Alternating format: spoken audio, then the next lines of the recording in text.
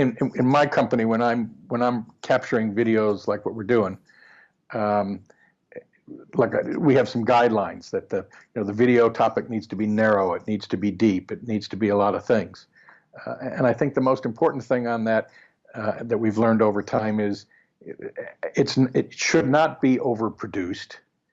It should not be, Andrew Lofthouse hair and makeup and all of that. That actually puts a lot of people off. They think it's ungenuine and it's expensive. And if it looks too much like the broadcast television, that's not a good thing. You're probably too young to remember, but it should be Blair Witch Project, handheld video, edgy sort of stuff. We have a challenge with some people in that we say, no, you can't pull up a piece of paper and read it. This is not teleprompter stuff.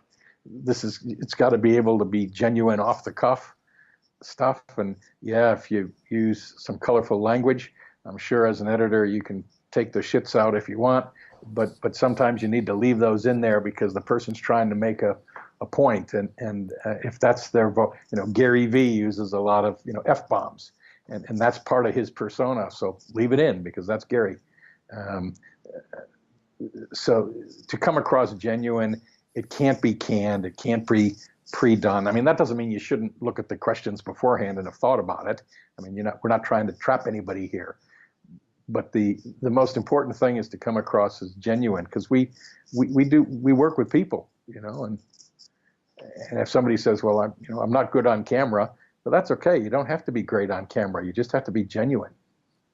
And there's ways around that, There was an interesting, I can't remember what the stats are now, but I believe it was Lead Pages found that the web pages that were more corporate, like using stock images and these sorts of things, converted far less than using not crappy, it's the wrong word, but real photos. So not super polished, not coming across super corporate or anything like that, but coming across more human, tended to convert better. And I can't remember the stats, but I remember it being a lot higher. So, over 50% higher, like your conversion rate will jump a lot if you remove stock images and come across as a human rather than as a corporate, as a company or something like that. Yeah. Even Sports Illustrated with their swimsuit has gone multicultural with different ethnicities, and now they have plus-size people modeling their swimsuits. Yeah. I always say to people... The world has plus-size as well as stick insects. Everything. So, I mean, as you were talking about before about the different types of content and learning styles, like you need to be talking to all of the audiences at once. You can't just pick one and just go for that one thing. I always say to people with regards to social media, you should, it's social media and your goal is to be social. You're not going to go to a party and, as you mentioned just before, pick up a piece of paper and have a conversation by reading something to someone. Like there's no connection, there's no nothing. So the more you can be you and connect with the audience, the better. Yep. Well, I loved, this is a plug for you because you can edit it out or keep it in if you want.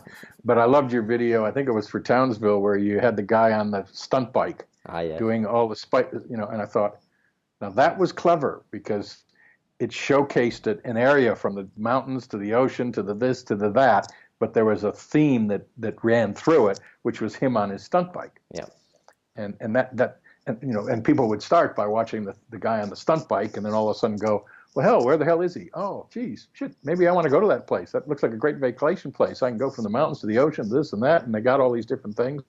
It was kind of a unifying theme without being a same old tourism, come visit Australia, see the outback, see the koala, see the this, see the that. That's right. It had continuity without being crap. The same, yeah. So basically, what I was solving in that was the typical tourism ad has a couple that go to the markets, then they go shopping somewhere, and then they drive in a car and they go to the waterfall, and then they go to the beach and it's sunset and they have a glass of wine. So like that thing has been done to death. So this was, I mean, it was using emotional anchors and different things to hold you to that scene. So every scene is designed to take you to the next scene. So I've only got to hold your attention for 3, 5, 7 seconds, depending on how long each scene is. And then there's a new one, and he's doing something new. Yeah, and I mean, I wanted to, I wanted to push it more. I wanted the stunts to be more crazy, but you know, it worked. I'm hatching a new plan for Brisbane, so yeah, we'll see if I can land that one and come up with that. Will be crazy. I said to the guys I'm working on it with, I said, if Brisbane City Council doesn't shit their pants, I haven't done my job.